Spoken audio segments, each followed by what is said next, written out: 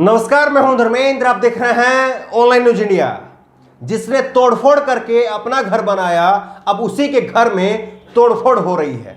BJP के साथ में बंगाल में अजीब ही नजारा हो रहा है। आए दिन बीजेपी के दफ्तर में हंगामा होता है। आए दिन बीजेपी के कार्यकर्ता अपने नेताओं को घेरते हैं, कूटते हैं और किस तरह से कुर्सियां, लात, घूसे सब कुछ चलता है। क्योंकि तोड़फोड़ अगर आपके डीएनए में आ गया है तो फिर वो आपके व्यवहार में भी झलकेगा। और जिस तरह से तोड़फोड़ करके बीजेपी बंगाल में पार्टी खड़ी करने की कोशिश कर रही है, उसका नतीजा उसको भुगतना पड़ रहा है। हमने पहले भी आपको खबरें दिखाई है कि किस तरह से बंगाल के अंदर जो है वो तोड़फोड़ हो रही है लगातार बीजेपी के दफ्तरों में। और उन्हीं के विधायक रहे, उन्हीं के नेता रहे, वो लोग और उनके कार्यकर्ता जो है वो तोड़फोड़ कर रहे हैं। अब जो है एक नई वीडियो सामने आई है और जहां पर बीजेपी के दफ्तर में एक बार फिर से जम करके तोड़फोड़ की गई है और कुर्सियां जो है वो खूब चली हैं। ये न्यूज़ 24 की ये ट्विटर हैंडल का ये स्क्रीनशॉट आप देखिए और इसी ने न्यूज़ 24 ने जो है एक वीडियो भी इस पर जो है वो शेयर किया है। न्यूज़ 24 ने लिखा है, बंगाल में बीजेपी के उम्मीदवारों की लिस्ट जारी होते ही मचा बवाल, टिकट कटने को लेकर के मालदा के ऑफिस में हुई जमकर तोड़फोड़।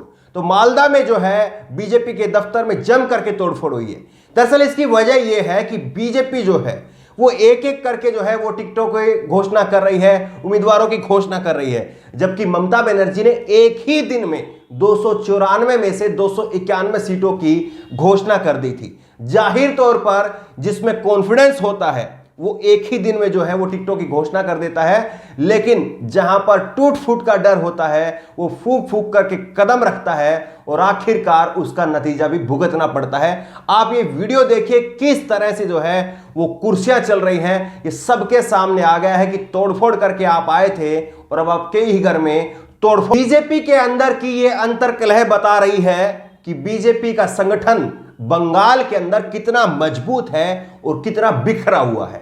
यह बीजेपी की जो अंतर्कलह सामने आ रही है, जिस तरह से तोड़फोड़ की घटनाएं रोज रोज सामने आ रही है, यह बता रही है कि बीजेपी के जो कार्यकर्ता हैं वो जमीनी स्तर पर कितना जो है वो एकजुट है और कितने बिखरे हुए हैं। और दूसरी जो बात एक्सपोज होती है इस तोड़फोड़ की घटना से, दूसरी बात यह एक्सपोज होती है कि ये लोग किसी विचारधारा से जुड़े हुए लोग नहीं है, बल्कि टिकट के लिए, पैसे के लिए, पद के लिए, लालच में जो है वो इस पार्टी से जुड़े हुए लोग थे।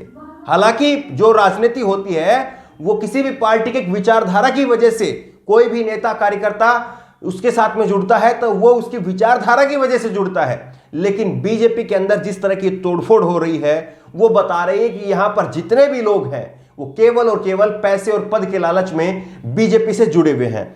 कांग्रेस के मीडिया इंचार्ज हैं रोहन गुप्ता और इन्होंने भी एक ट्वीट किया है, भाजपा के कार्यकर्ता बंगाल के सुनहरे भविष्य का ट्रेलर दिखाते हुए। और इन्होंने यहां पर दो जो है वो फोटो शेयर किया है जिसमें बीजेपी के जो कार्यकर्ता है वो कुर्सी उठाए हुए हैं और एक दूसरे को मार रहे हैं। तो ये जो है वो रोहन गुप्ता, कांग्रेस भी जो है अब इस पर चुटकी ले रही है। यही खबर जो है वो हिंदुस्तान ने छापी है, बंगाल चुनाव टीएमसी विधायक को टिकट मिलने से नाराज कार्यकर्ताओं ने बीजेपी के दफ्तर में की तोड़फोड़। पश्चिम बंगाल में विधानसभा चुनाव के लिए भारतीय जनता पार्टी ने अधिकांश उम्मीदवारों की घोषणा कर दी है। पार्टी कई जगह पर अपने कार्यकर्ताओं को नजरअंदाज कर रही है, जिसका खामियाजा भी उसको भुगतना पड़ रहा है। कार्यकर्ताओं ने सदर विधानसभा क्षेत्र से पार्टी के उम्मीदवार के रूप में सुजीत सिन्हा को घोषित किए जाने के बाद डीबीसी रोड जलपाईगुड़ी पार्टी कार्यालय में तोड़फोड़ की। वहीं भाजपा कार्यकर्ताओं ने जगदल विधानसभा सीट से अरविंदर भट्टाचार्य को उम्मीदवार बनाए जाने का भी विरोध किया। तो इस तरह से जो है वो विरोध हो रहा है और इसकी वजह है, ये हमने पहले भी आपको बताया है लेकिन एक बार फिर से बताते हैं क्योंकि ये घटना जो है वो बार बार हो रही है। इसकी वजह क्या है? इसकी वजह ये आप देखिए, दैनिक जागरण की एक खबर देखिए, टिकट नहीं मिलने से नाराज 50 से ज्यादा तृणमूल नेता मुकुल रॉय से मिले, भाजपा में जल्द हो सकते हैं शामिल।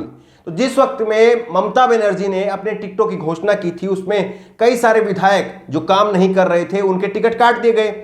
उसके बाद में बीजेपी ने उनको अपने पाले में शामिल कर लिया और अब इन्हीं लोगों को बीजेपी जो है वो टिकट दे रही है। और ऐसे में बीजेपी का जो कार्यकर्ता है, बीजेपी का जो कार्यकर्ता जो उसके लिए दरिया बिछाने का काम कर रहा था, झंडे उठाने का काम कर रहा था, वो कार्यकर्ता अब बीजेपी से नाराज है और इसीलिए वो कार्यकर्ता अपने नेताओं के लिए, अपने नेता को जो है टिकट दिलाने के लिए इस तरह से खुलेआम अब बीजेपी के अलग अलग दफ्तरों में पहुंच करके जो है वो तोड़फोड़ कर रहा है। और ये साफ तौर पर नजर आ रहा है कि जो पार्टी ये बात करती है उसका संगठन सबसे मजबूत है, उसका संगठन जो है, खास करके आरएसएस का नाम लिया जाता है कि आरएसएस के जो कार्यकर्ता हैं वो सबसे मजबूत है और पूरी विचारधारा के साथ में पार्टी के लिए काम करते हैं और डोर टू डोर कैंपेनिंग करते हैं और इसीलिए पार्टी जीतती है।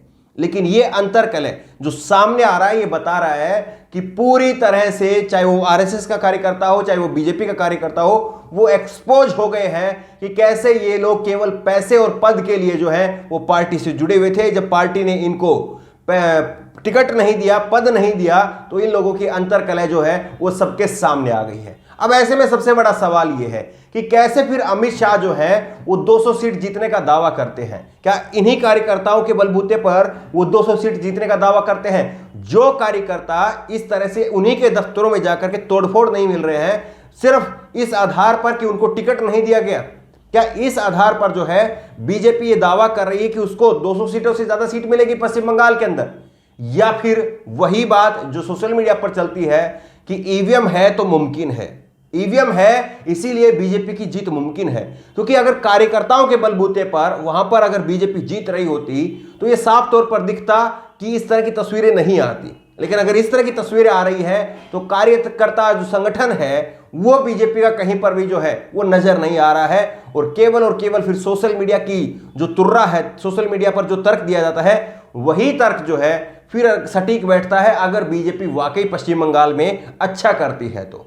नहीं तो यह साफ तौर पर दिखाई दे रहा है कि जिस तरह से टीएमसी मजबूती के साथ में अभी तक दिखाई दे रही है, टीएमसी इस चुनाव में लीड लेकर के बीजेपी से कहीं आगे है। वो कांग्रेस और लेफ्ट का जो गठबंधन है वो भी अच्छा प्रदर्शन कर रहा है, बीजेपी फिर हो सकता है कि तीसरे नंबर पर बंगाल के अंदर चली जाए।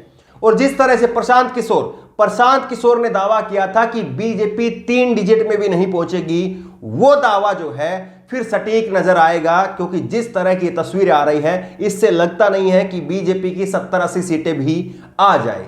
इस खबर को लेकर के और जिस तरह से आए दिन बीजेपी के कार्यालयों में इस तरह की तोड़फोड़ हो रही है, इससे आपको क्या लग रहा है? क्या वाकई जो है वो बीजेपी वहां पर संगठन के तौर पर मजबूत है या केवल और केवल सोशल मीडिया का जो तुर्रा है कि ईवीएम है तो मुमकिन है, केवल वही जो है वो बीजेपी के पास में जड़ी बूटी है? उसके अलावा बीजेपी के पास में बंगाल के अंदर खास करके संगठन नहीं है और इसीलिए ये परिणाम देखने को मिल रहे हैं। इस खबर को लेकर के, इस वीडियो को लेकर के आपकी जो भी राय हो नीचे कमेंट बॉक्स में अपनी राय जरूर दें और इसी तरह की तमाम खबरों के लिए ऑनलाइन न्यूज इंडिया को सब्सक्राइब करें, साथ में जो बेल आइकन है घंटी उसको जरूर दबाएं ताकि जैसे कोई वीडियो अपलोड करें उसकी नोटिफिकेशन आपको तुरंत मिल सके।